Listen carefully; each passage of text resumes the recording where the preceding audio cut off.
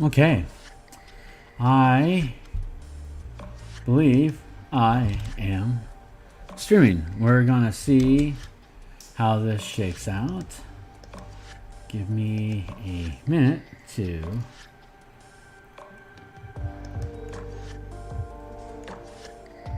see where I'm at. On broadcast. Okay. I believe I am streaming. We're gonna see. Yep, looks like I'm streaming. So let me go ahead and get serious and get serious. So yeah, we're gonna do some. Here, we're gonna fix that a bit.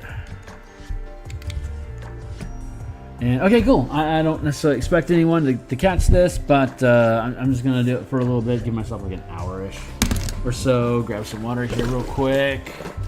Put in the mug, and I'm working on Elemental Key, which is going to be the next book that I put out on Dungeon Masters Guild, and it's taking the concepts of Key is devoted to different elements. If you're using the 4 elemental system of air, earth, fire, and water, or if you're using Magic the Gathering color mana, it's blue, red, and green. So all the stuff that's here's the master chart. I'm just gonna look at this for a minute. If you're familiar with the monk way of the 4 elements, you know that there's a number of disciplines that you can learn, and that the disciplines generally correspond with a different spell. There's a really limited number of them in the player's handbook to select from, but we got about 50 of them here, and they're including cantrips, which of course are free to use. It doesn't cost you anything, but cantrips are super freaking useful to make to have in your repertoire, so that you don't have to be burning mana while you're utilizing elemental magic. And so we got the key costs and what book they're all referenced in. We got the elemental keys of air, earth, fire, and water. We got duration, which are either instantaneous or sustained abilities. And then you've got some of them can lock, not a lot of them, but some of them you can lock the key to sustain the duration. And we'll talk about that. Or instead of air, earth, fire, and water, you can instead use blue, red, and green mana. And you can see how these things parse out. There's like around, I want to say there's about 20 some odd of these for each element. And you can see with the new formatting that I've been using in DMsGuild, the new formatting that is, if you do a search for color mana or revised color magic, then you'll find it easily. Or just type in Tap Untap Burn on the DMsGuild, and then just go to the bundle, and you'll see the master list that's been included with it. But there's multiple colors or multiple elements that each thing can be assigned to. Like Wall of Fire, for example, is pretty straightforward. It's fire, and in the Magic the Gathering, fire equals red. Vastly red, to the point where you can just simplify to say, hey, if it's fire, it's red. So, but things like Meld into Stone, which is earth, obviously earth for elements, but in Magic the Gathering, earthy stuff tends to be red or green. So you could choose either red or green mana to cast Meld into Stone. But if you're using elemental mana, and you choose one or the other paradigm, you wouldn't have to use both earth and red or green mana. It's you choose one paradigm or the other. So I'm a big 5-color mana enthusiast, but way back when I was building core mechanics, I realized that there's a lot of different magic paradigms that you can use in D&D, and the 8 schools of magic is like the generic universal spell point or universal magic system, and that the magic fuel that you use is just magic, and then each type of magic is slotted into one of 8 schools. But if you're an MTG enthusiast, Magic the Gathering, then if you want to cast a red spell, then you have to have red mana. And depending on what the spell is, it's going to determine how much mana you actually need of each color. So to keep the world easy for Dungeons and Dragons with this elemental key system, it's as long as you're spending 1 mana that's of the proper color, or if you're spending 1 key of the proper element, it might take 5 key to cast it. And like say Control Winds, it might take 5 mana to cast Control Winds, and that mana or element is air. As long as you're using at least 1 point of air, then the other 4 can be pretty much whatever you want. But depending on what you're doing, like if it's and you can see some of the tap and tap mechanics that are later in the book to see how that stuff is implemented. So this is the master chart. You the way that I decided to approach elemental key was to make it a lot more versatile, and like paladins, it's a prep list. So when you finish your long rest, you prepare out of here, including the like you could prep all cantrips if you chose, and so when you use any of these, you don't have to spend any mana at all, and you can just use them, like a cantrip at will. It takes up your action economy as you would expect, but it's not burning your limited key resource. So you can flavor yourself as much into an element or a color mana that you want, depending on what you choose. But if you plan on doing more than Stunning Strike, then you can, you'll be investing key into utilizing these different things, and again, the corresponding element, or if you're using color magic paradigm, what color you want to go with. So that's the quick skinny of how this stuff works. And as I dive further through the book, if you come back, subscribe, check out what I got going on. I'll be streaming all the artwork through this, but I just wanted to give you guys a quick look see, so you can see. You got your key accumulating, and you can see it goes up to 5th level. It scales just like any half caster could. So it pretty much squares with rangers, artificers, and paladins. It's like the 4th half caster.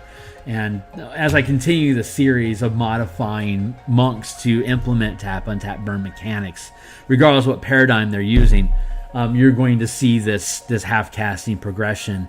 And not all of them, but some of them, depending on how magic or martial they are, depending on what you're looking at.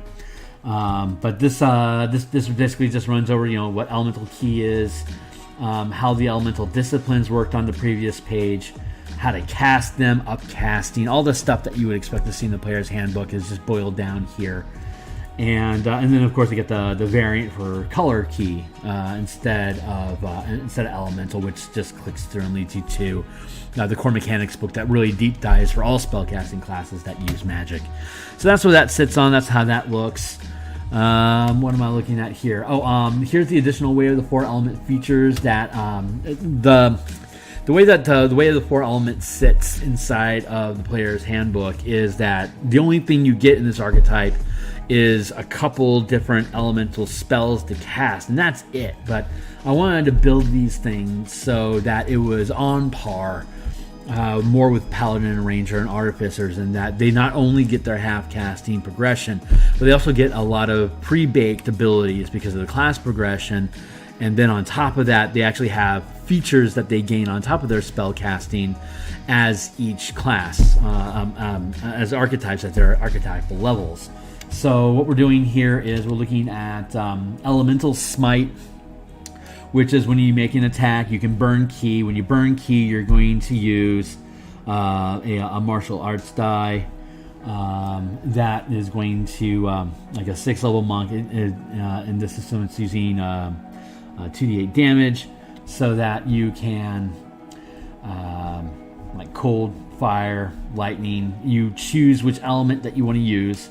And then, like if you're doing cold damage, you can either use blue or green mana to cast a spell, or to do the damage. It's just like Smite. So, like if I throw on 3 points of damage, three key, as long as one of them is green, it could be cold. Or if I'm using green, it could be thunder. If I'm using 3 key and it's blue, red, or green, I could choose any of the elements, but I'm burning through different elements as you go along. So you're deciding what kind of an elementalist you want to be, and you would then when you take a short rest and you gain, or long rest and you gain ki, you choose how much of each element that you want. So if you wanted to hard commit to being thunder, you could go with air and earth, either of them, both of them, or if you're using color, you can go blue, red, or green. You can go all of them, and it leaves a lot more things open to you.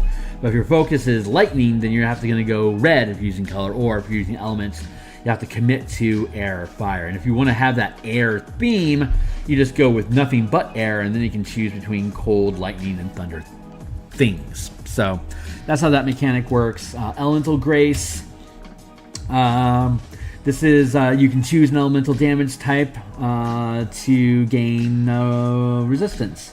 So, and as you take rests, you can reassign what you're resistant to. So if you're fighting a red dragon, go with fire. If you're going to switch it up and go fight a blue dragon, then you're going to, or lightning, you're going to go with a blue dragon, and you're going to switch it up. And unfortunately, Magic of the Gathering and Wizard of the Coast could never get together about lightning and blue dragon, but lightning and Magic of the Gathering is always red. So there's that disparage. But you can, if you're going with elemental ki, then it's air or fire, because air and fire, according to Avatar: Last Airbender, equals lightning. So, which is super cool. So 11th level, you're looking at Disrupt Resistance. This is you target somebody, you ping them, and they're going to become, if they're resistant, they lose it. If they're immune, they're going to only become resistant. So this is a boss fight killer. You can only do it, once per, if you choose a creature already, for the next minute. Yeah, it lasts for a minute, and it's immune to the chosen type. It's now resistance instead. It does no saving throw, you just target them. You're already going to have to hit them. You're already going to have to cast spells at them. You don't have to double deal it, especially since it's a single use of. You can regain the feature once, regain it when you finish a short or a long rest. So there you go. Then the capstone feature, Elemental Avatar, clicks in at 17th level. Now, Elemental Ki, it caps you at 5th level as a half caster. So the capstone feature here at 17 is you can choose between the different investiture spells, which is, I think it's in Tasha's Cauldron of Everything. It's there's a 6th level. So you can choose, and as an action you can switch which investiture you're using. And on this page, let me lock this one because I swapped out some of the text, and then blah.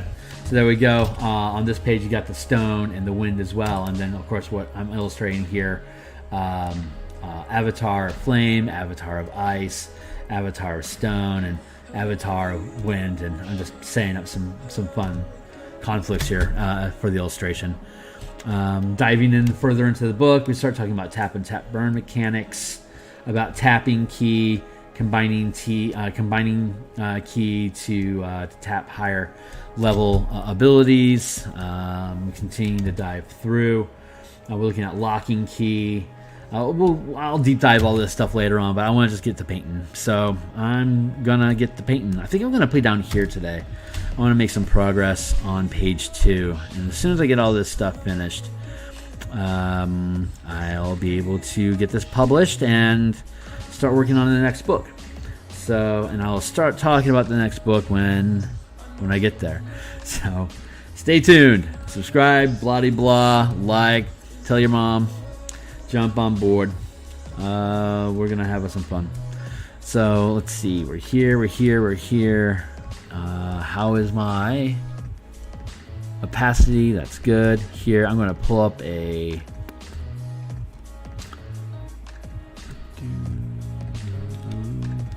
there.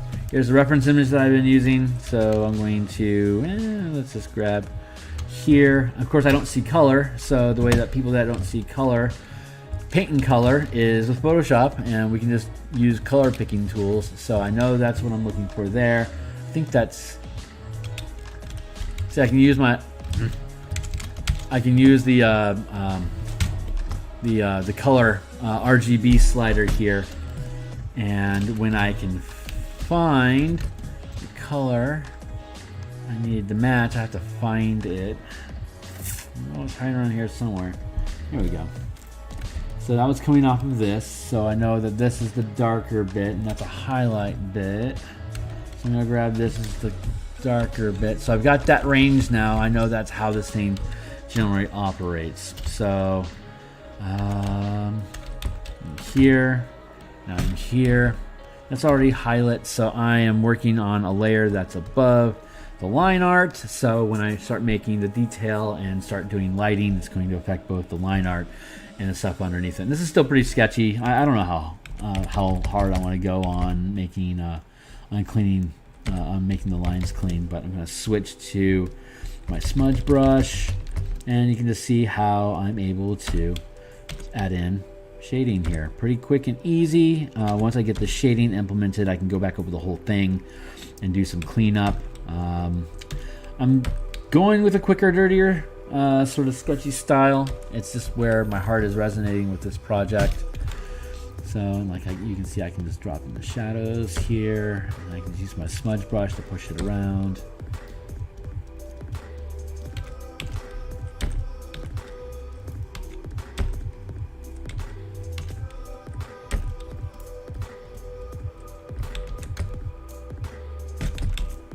So now I can come in here and I can pull all that in.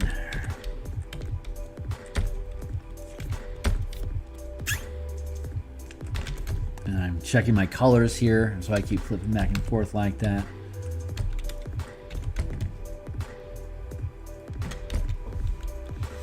So I'm going to come in here and I'm going to push this up. I want to get some highlighty stuff going on here.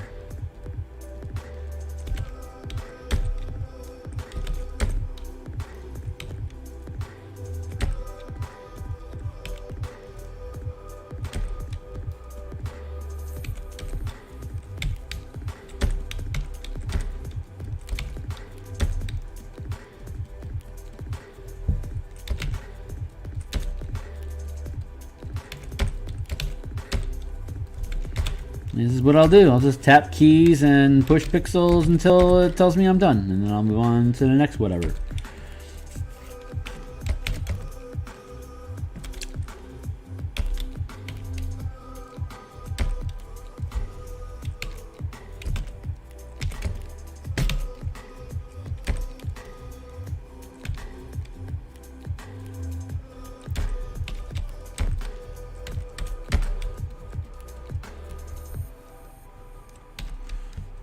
There, and I don't have to try too hard to make the thing happen.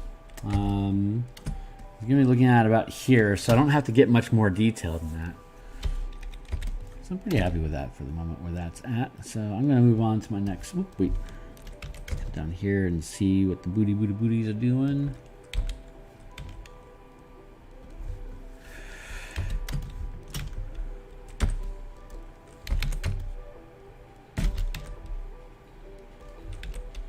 I'm gonna give myself, what I got, about an hour. I'll give myself an hour. Grab some more water. I got a fireplace going on behind me. Keeping warm here in Seattle tonight.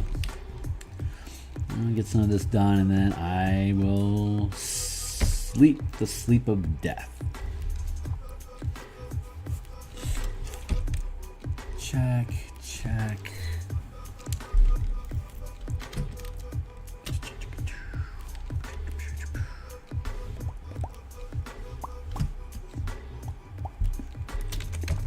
How's this one looking?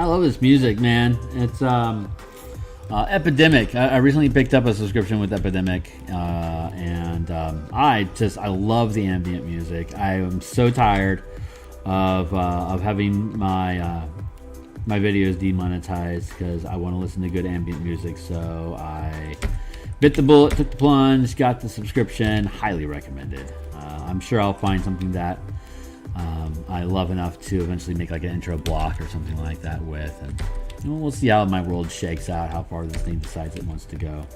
That ends up being a good decision or not. But I mean, once I start making videos here, I pretty much have to stay with the subscription. Otherwise, they'll start dinging me because I'll get demonetized. So that's funny.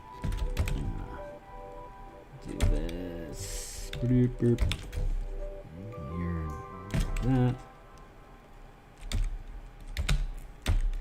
That's okay. This thing's pretty inexpensive, and if folks start checking into what I do more often, it'll pay for itself. So worth. You gotta invest to make it happen. Happy to do it. There, and I'm looking at here. Let me grab this.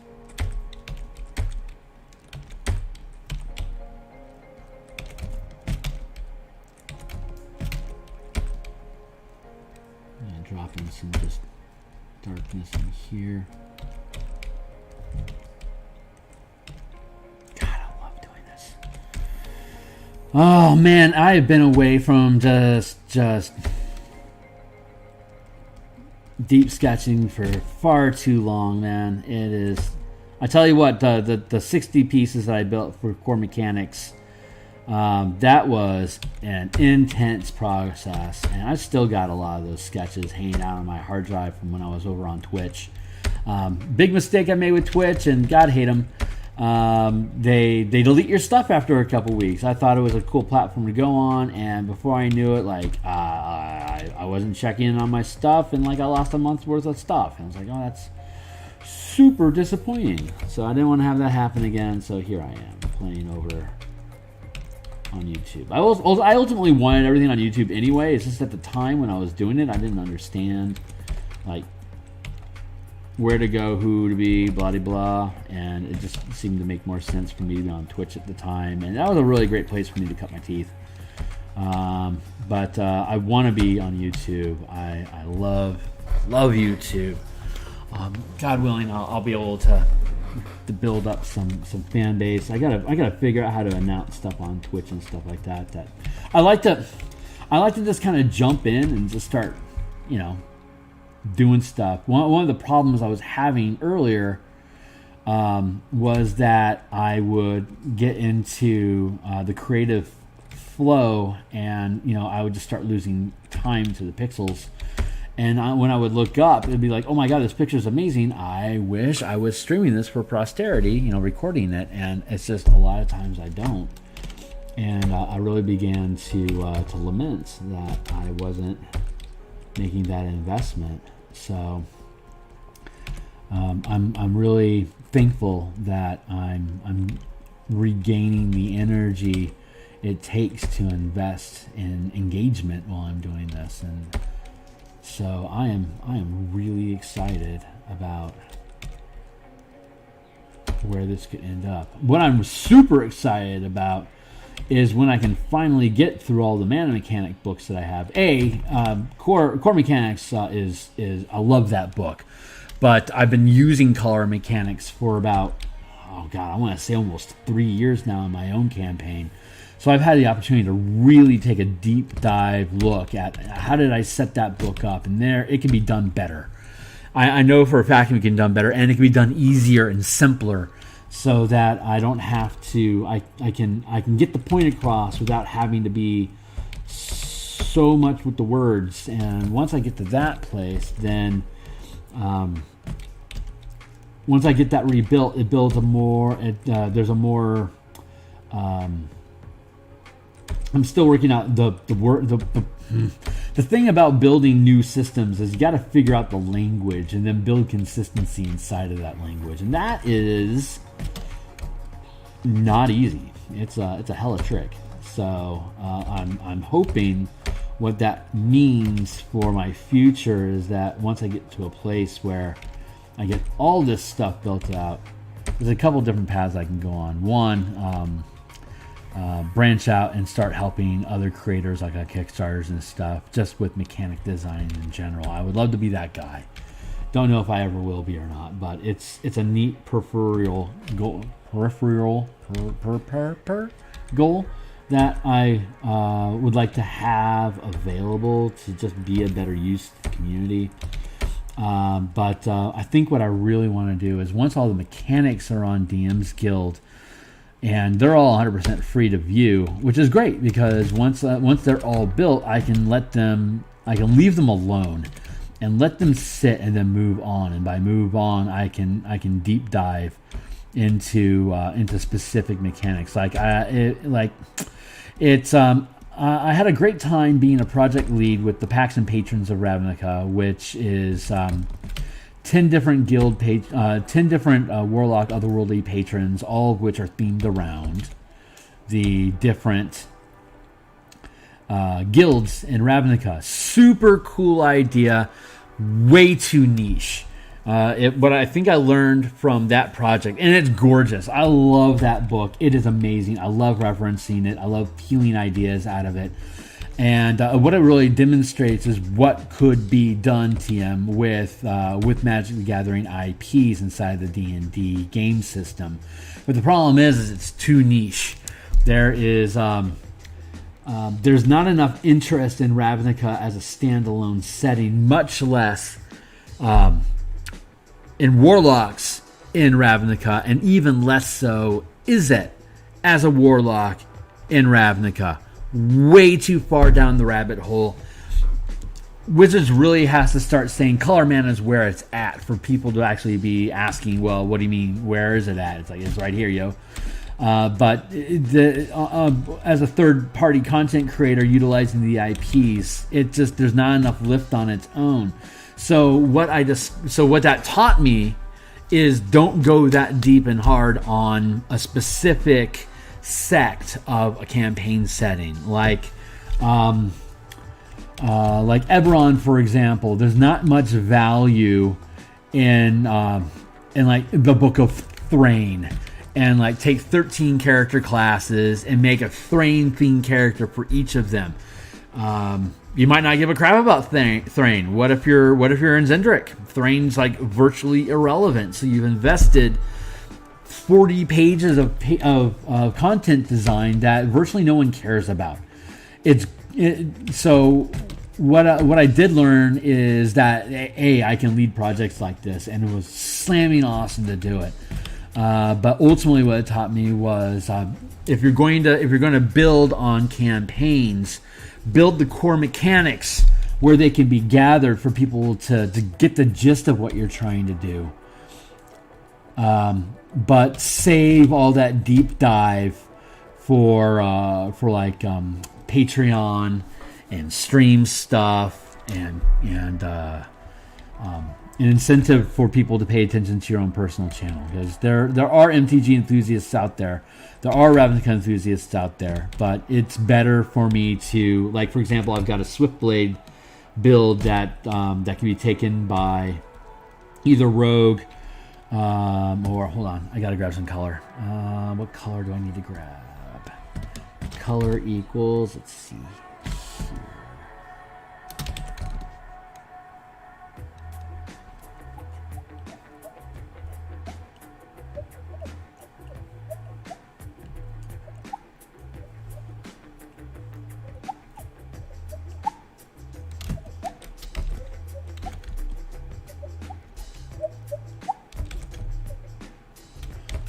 Let's do some sort of stuff. Because I'm rambling a lot, so I want to switch the beat. I'm going to make a new layer for a sad sword. Sad sword.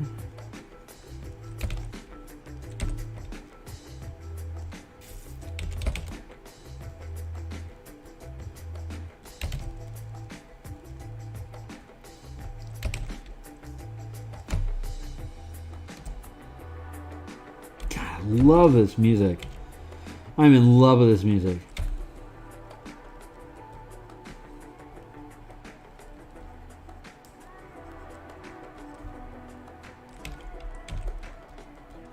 Yeah, so once I complete all these books, what'll translate into is I will have mechanics for all 13 classes to utilize mana.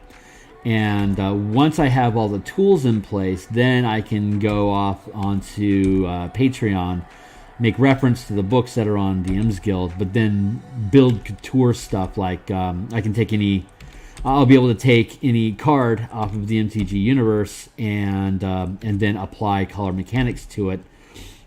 So like if you wanted to do like a Setessan deck for Theros, for instance, then I could just, I can do a Patreon and put it up to a vote. Here's a couple different ideas. Do you guys want me to maybe build a do you want me to build a Golgari Druid, or do you want me to focus on the like a Boros Swiftblade Fighter Rogue crossover, or do you want me to focus on Strixhaven spells, for instance? And the team can vote, and I will, go with wherever our master leads us. And so I think that's going to be a more sustainable future. I'm looking forward to, once this is all completed, to having that as a team live stream sort of feed that I can do these designs a lot like what Dungeon Craft or Dungeoneer does, and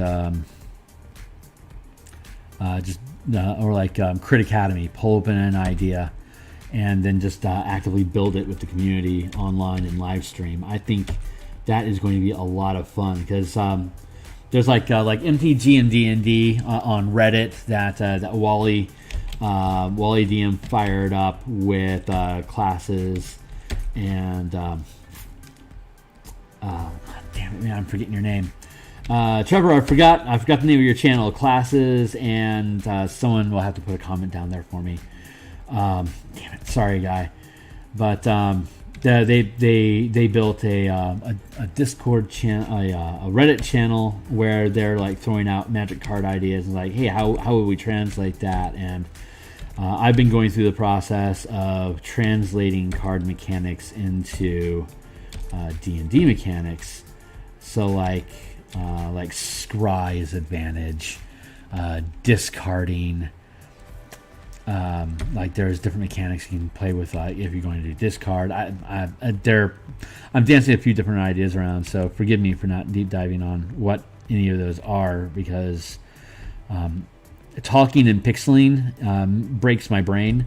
I can't pixel talk and actually remember anything that I'm talking about at the same time. I have to stop one to do the other, and I can do two at a time.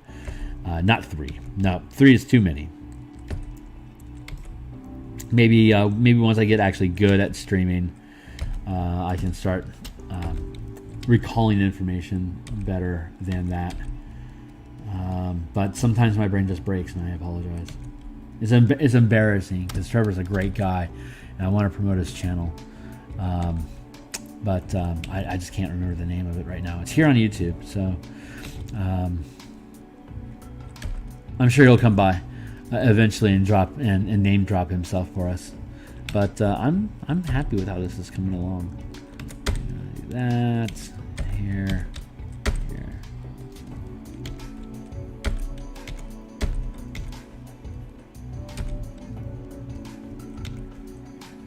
But yeah, Barbarian's looking super cool. A mana Barbarian, super awesome. Rogue is coming along really nicely. Not just Arcane Trickster, just general Rogue. Once this is built, I can take any archetype or subclass that they got in the DMG, and I'll be able to translate it into color mana mechanics. And like Arcane Archer, for instance, I'll be able to come through and translate that. Blah blah blah, yada yada. Talky. Sorry about that. Again, I'm here because I have to put in the hours, and if I don't, the project doesn't get done. So I started streaming for any more so than anything else. This is an excuse to keep me pushing pixels. I got to keep pushing pixels, otherwise the work doesn't get done and I can't start on another book. I've got 2 major books that I'm working on, and I can't deep dive and commit to either one of them, the artwork to them, until this is done. I can only do one art project at a time. So I got an Eberron adventure that I got going on, that I'm leading a project on, and it is winding down as far as like the logic is concerned. I'm hoping to pull together a team to do a play test on that in a couple weeks. But that is a smash. That's gonna be a fun adventure. It'll be the first adventure I'll have actually published, and I'm proud of it. It's gonna be gorgeous. And the other project is the mass combat and minion system that I've been chewing on with Ukulele Bard. That is gearing up into production, and I am hoping to get both of these out the door and get them handed off to an editor for them to chew on and spit back in Q1 2022, so that I can get the layouts done and then start the heavy art production that's going to go into these things. Like, I'm going to be doing this type of stuff like every day to get those projects done. But by God, they're going to be gorgeous projects. I am so looking forward to the end result. But I'll stop yammering now and just keep pushing the pixels.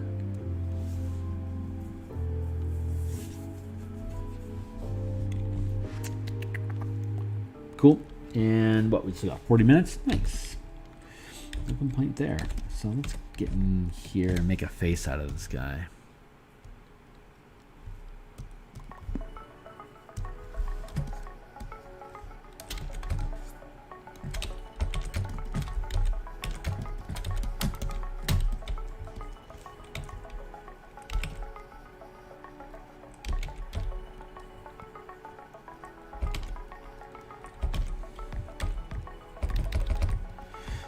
Just on that size.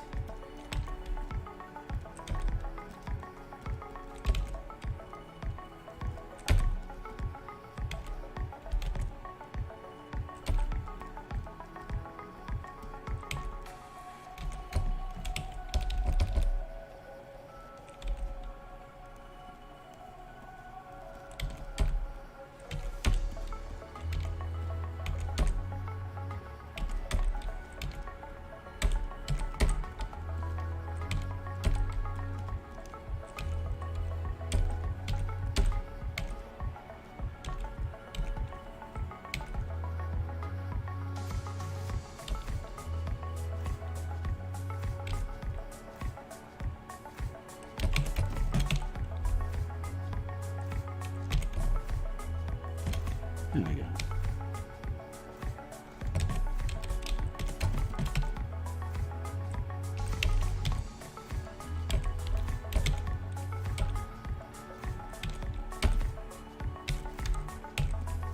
So continue to scale it. I don't have to have ridiculous amounts of details. This has to look good. You know, good.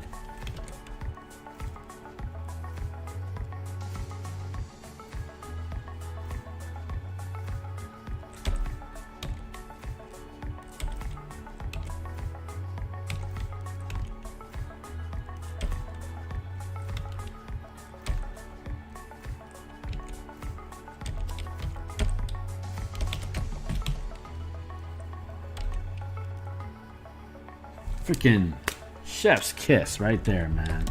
Happy with that. What I'm going to do is a bit of this. I'm going to duplicate this layer. Gutsy move going on here, folks. I like to do this occasionally. Bam, merged. So now it's just one piece. So I can erase the whole thing. And by erase the whole thing, I mean the edges. So I'm happy enough with the base structure underneath and the general lighting structure it has with it that I can bond it down and clean up the exterior of it. so that I know what actually needs to be further resolved or not. And these interior sketches, I've been having an ongoing debate with myself about how much I need to commit to detail, considering the different resolutions that I'm working at. So far this feels about right. It's like sketchy. So I got a bit of a sketch, but it's got the form going. I think it's gonna look okay. If you think it looks like crap, let me know.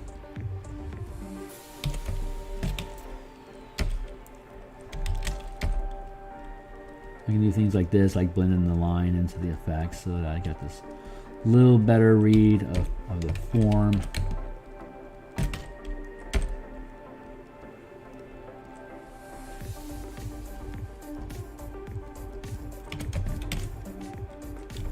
Yeah.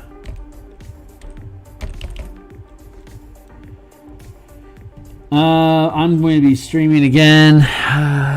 What is it? It's almost midnight. I'm going to be streaming again in about 7 hours. I'm going to grab about 6 some odd hours of sleep and then jump back into this, because I'm in production cycle, which means lots of coffee, little sleep. I'm going to up my opacity, or up the strength of my smudge so I can push pixels a little bit easier. But, again, I want to clean up the edges, make it look right.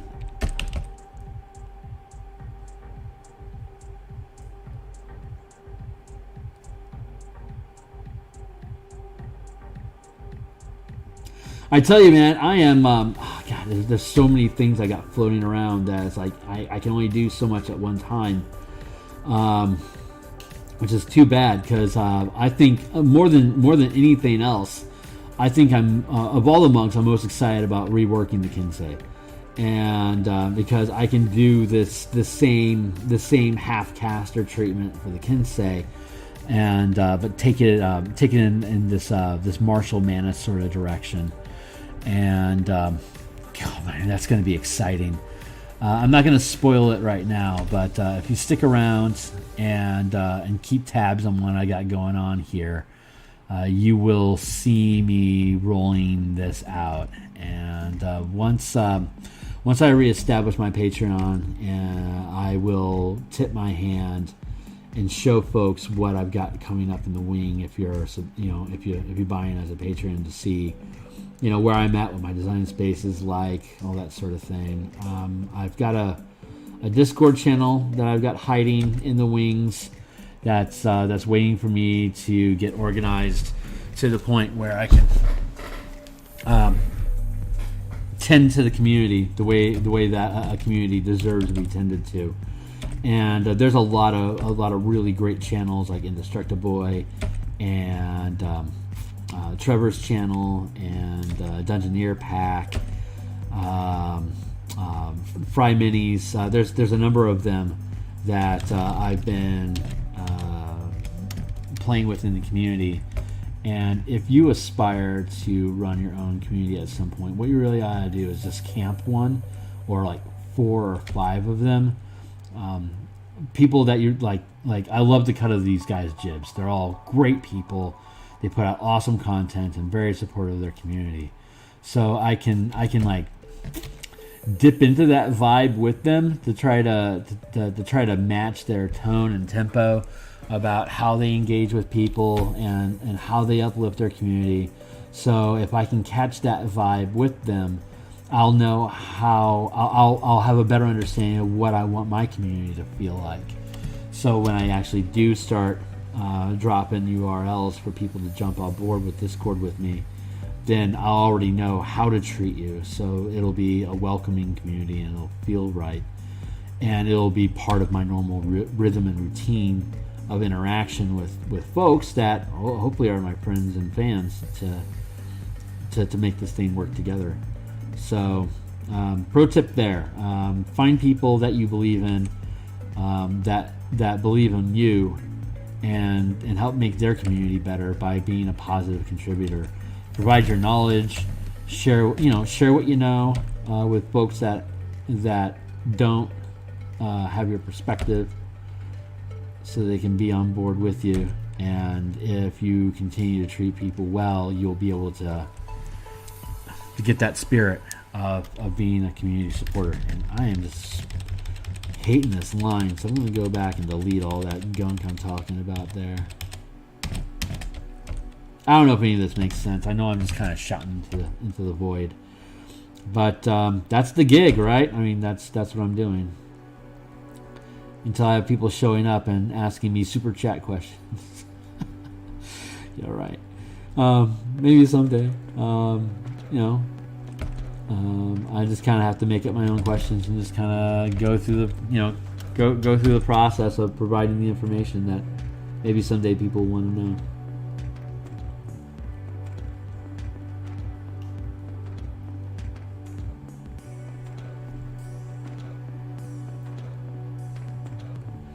I'm just going to shut up here for a minute and push some pixels. Just take a breath. Oh, yeah. Taking a breath, grab some water.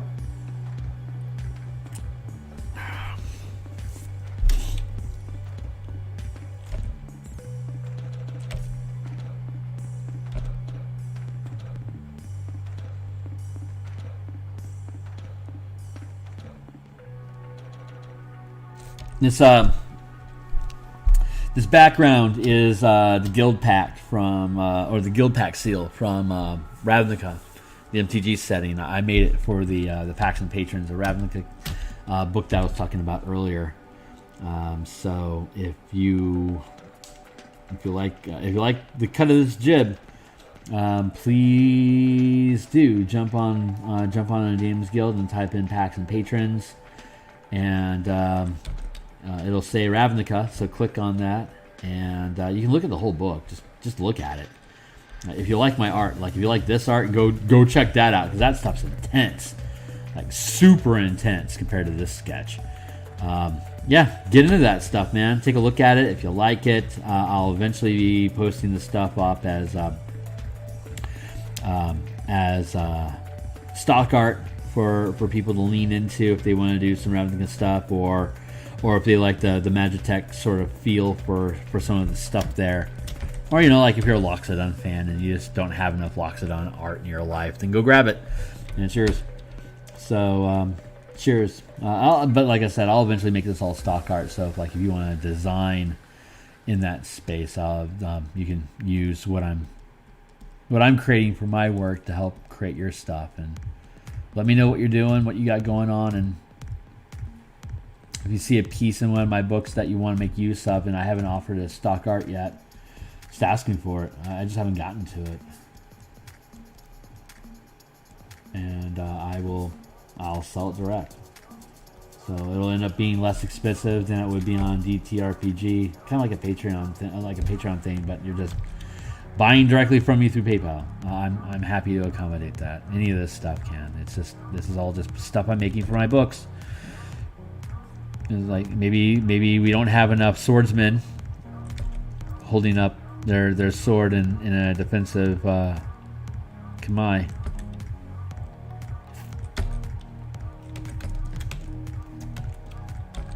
It's so tempting to want to deep dive into like a martial arts book, like Japanese warfare. I would just adore doing a Japanese warfare book for Dungeons and Dragons, but I mean, who cares? It's the same problem with packs and patrons, like I could build like a samurai that utilizes all sorts of advanced mechanics that really goes intense on like daisho combat, using a wakizashi with a katana to do double strikes, or like shield parry, like all the super cool stuff that you can actually do with dual wielding those swords together. But it's like, what a niche, freaking stupid audience. Like, no one would buy that. That would, like, there's so many of these projects that we build have to be approached from a quote unquote labor of love perspective, because there's no way there's not enough audience out there that I can self-promote and reach that would make getting the investment back worth it.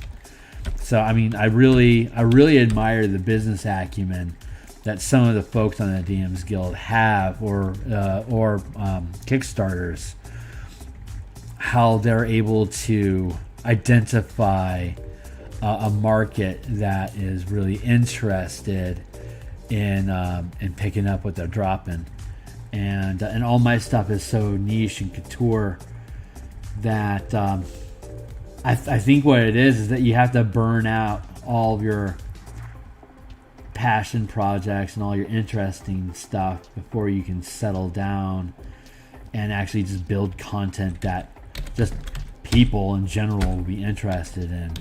You know, like a D&D dice show book is like, that's ridiculous. No one would freaking buy that.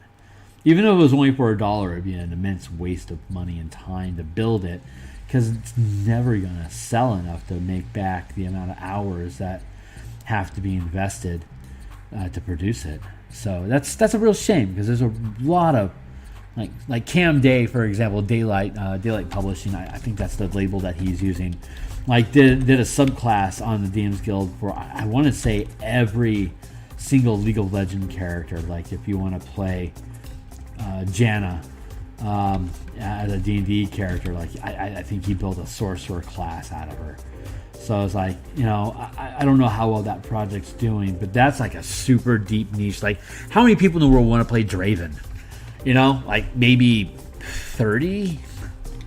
It's an awesome project, but it's got the same problem, like the Book of Gruul.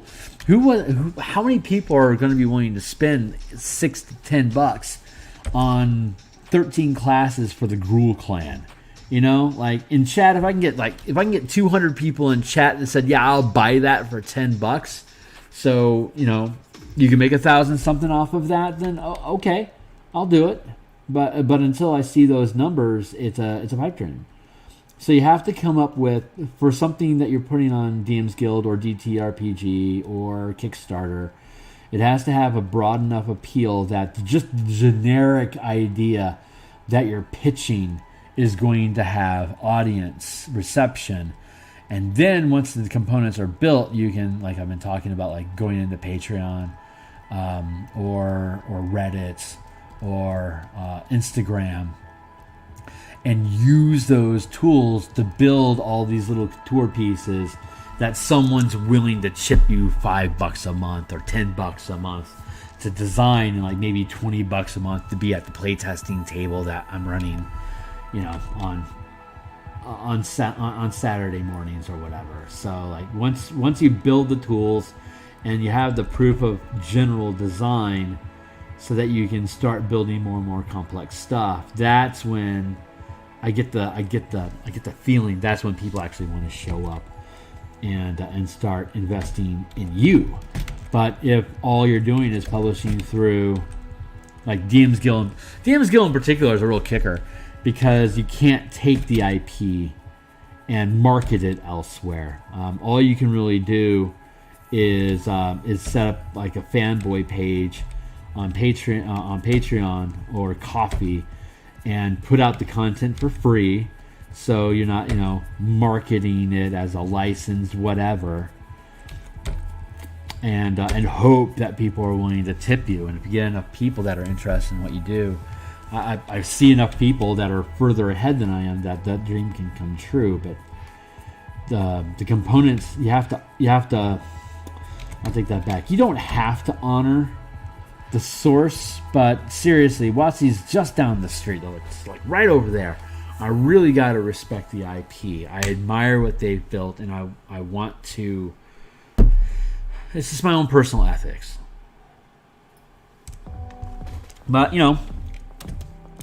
once all the once I have the martial mana mechanics built out for fighter, and for paladin and ranger and rogue, then I can on my own time, on my own Patreon, deep dive into Boros, House of Boros, and therefore I wouldn't be able to put it on the DMs Guild. But no one is going to buy a book about Boros on the DMs Guild. I may as well just do a Patreon. But the tools have to be in place, and the tools themselves do have value on the DMsGuild. So that's, anyway, I am really rambling about business, and I don't know if I do that because that's what motivates me to do this. I'm 45, 46, and if God doesn't take my hands or my eyes from me in time, then I have the opportunity just to do this for another 30 or 40 years. And I can't even imagine how amazing some of these people that I'm working with and learning from, what they're gonna be like in 30 years. Can you just freaking imagine? What a rewarding hobby to get into that just lets you just build. It's so cool.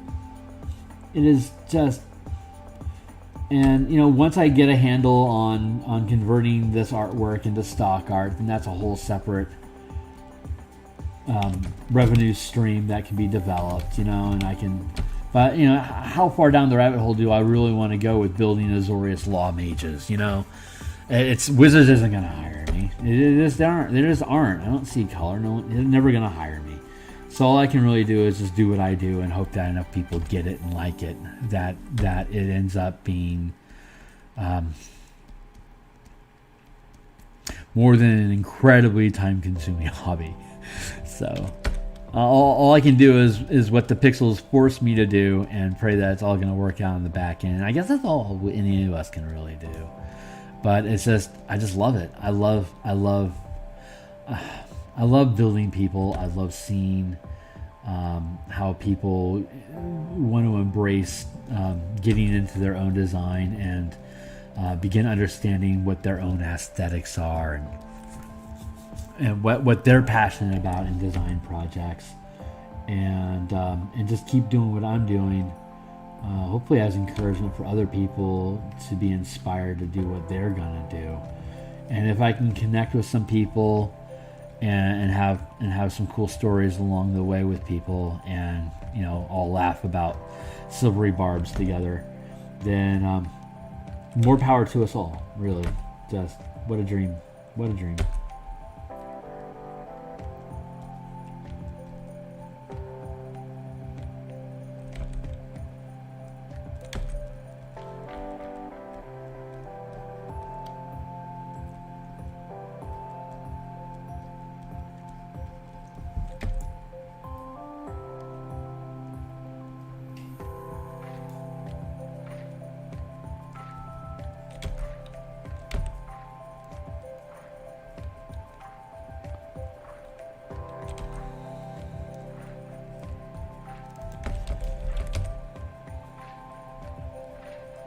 Hey, I went quiet.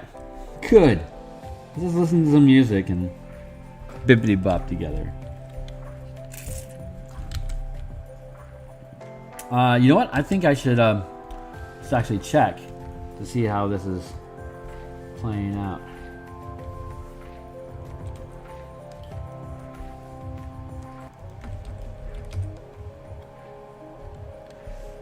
Hey, I went quiet.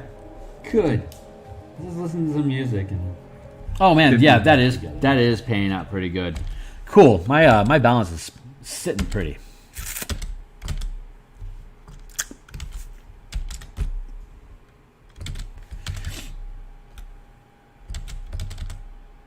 Or is it? There we go.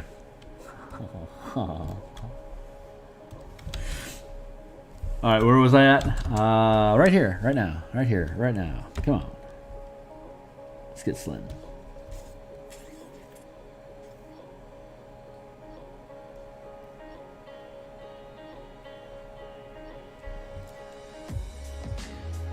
Oh, man, that is such a cool group. Oh.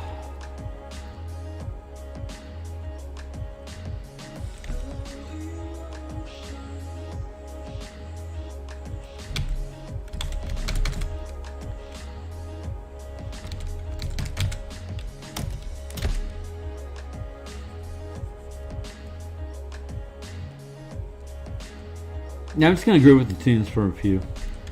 Derp.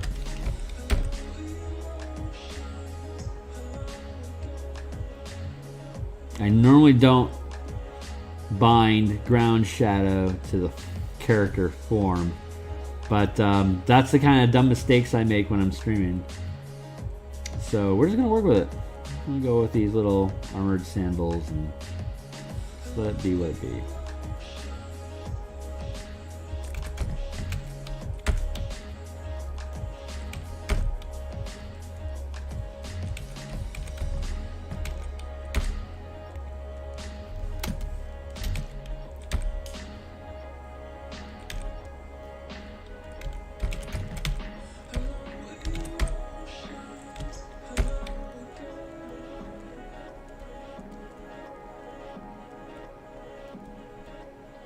God, this project is so cool.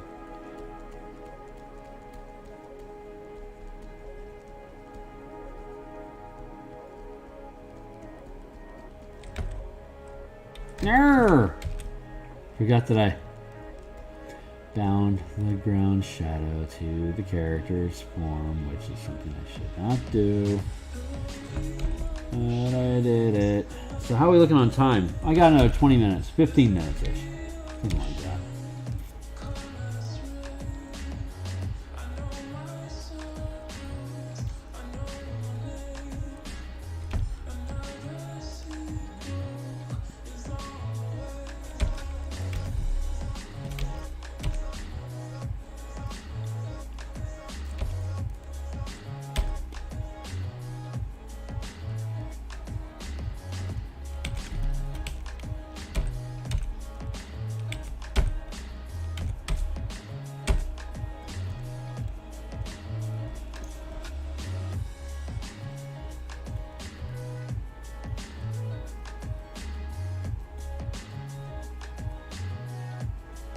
God, this is so cool.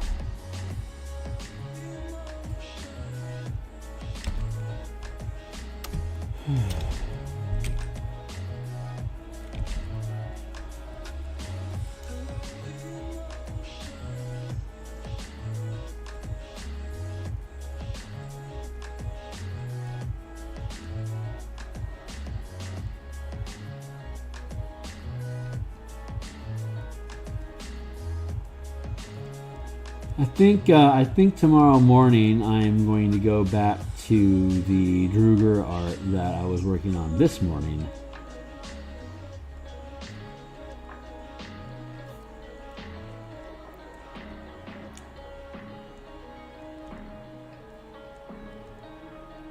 So I can stay with that. I don't know how to properly share, hey, Phil's live streaming, other than I guess dropping my YouTube channel. I don't know. I don't know how I'm supposed to do that yet. I think I'll figure it out. I'll figure it out eventually. I know that for a fact.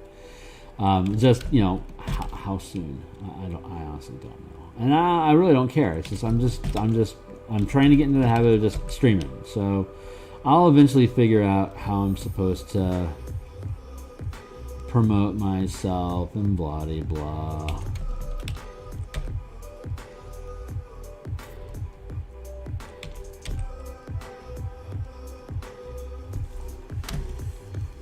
And this guy's looking pretty good.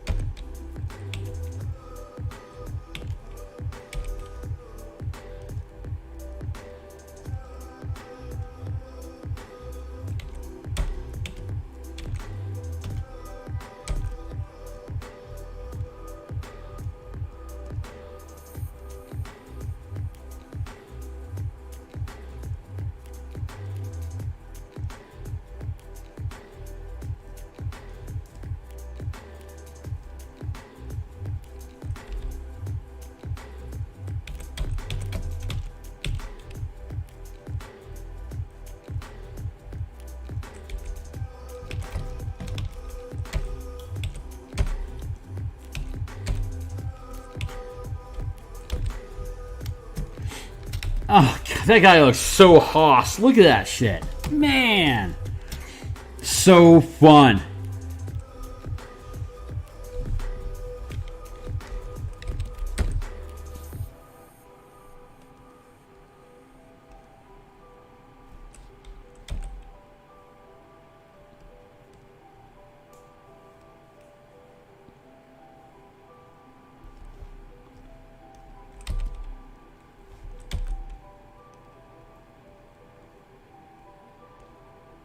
My Budo Taijutsu is so rusty. I can't remember the name of that Kamai offhand, but I think it's. I want to say it's Kasei. And when you're up like this, and it doesn't matter if you have a weapon in your hands or if you're unarmed. Like this could be a spear, or this could be a staff. It could be a hanbo, or it could just be open-handed. But that defensive posture allows you a lot of control over your environments and engaging with people in melee, and it's fun being able to pull in that martial arts feeling that is baked into the rogue or baked into the monk. Super fun, very very cool. But I'm at, still got 10 minutes to go, so I'm just going to keep picking up this guy for a little bit.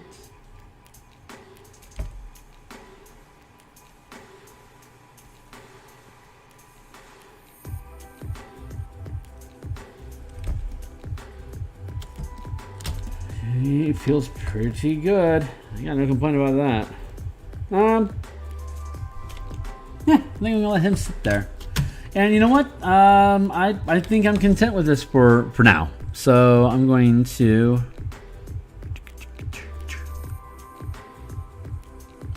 put a lock on him.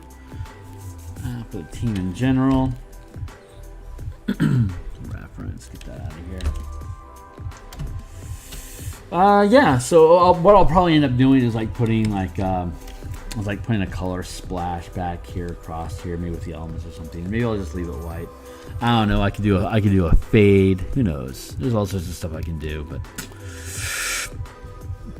I think that's sitting pretty for now. I got a few minutes. Is there anything else I wanted to poke at? Still putting together the back page. Ken Carcass, who is the proofreading editor that helped make sure my words are in order. He's got 2 products that we're going to be dropping anchors in here, and these will all be hyperlinked for you to check out. And yeah, all these things are on the DMsGuild. The Odyssey anthology on DMsGuild, that is the third one. These are both the 1 and 2 are both Electrum sellers now, and the third one's silver. It's well on its way to going. I don't know if the first book is going to go gold before the third one goes Electrum or not, but it's going to be a close fight. Tax on Patrons of Ravnica, it's actually getting pretty close to copper now, regardless of how far down the rabbit hole is. This cover was freaking awesome to do. God, I love that book. So freaking cool. Oh, so cool. Of course, the Color Mana Spell Point bundle, which I'll add the Elemental Key book to. So that'll be number 5. And then Martial Mana will eventually be added to this.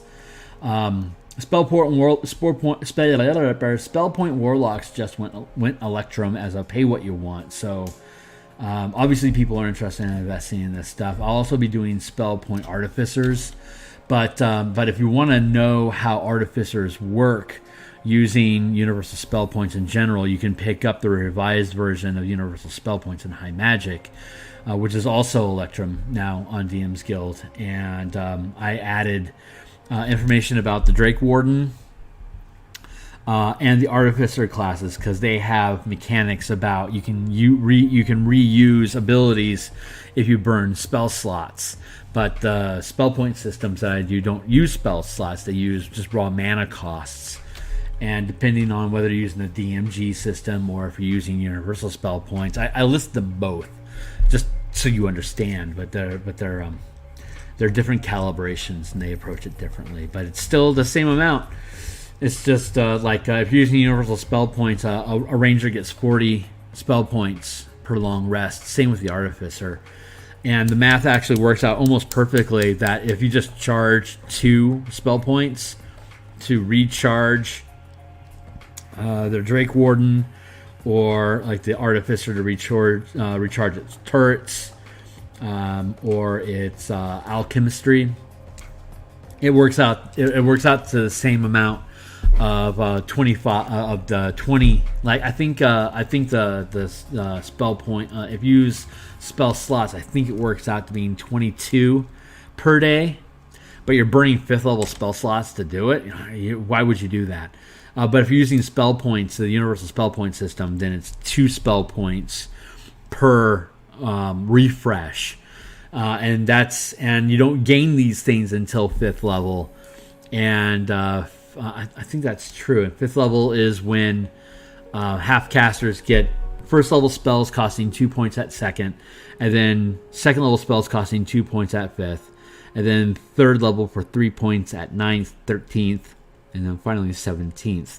And if I recall correctly, all the math just pans out pretty much perfectly. So, super great system, super smart stuff. I love it.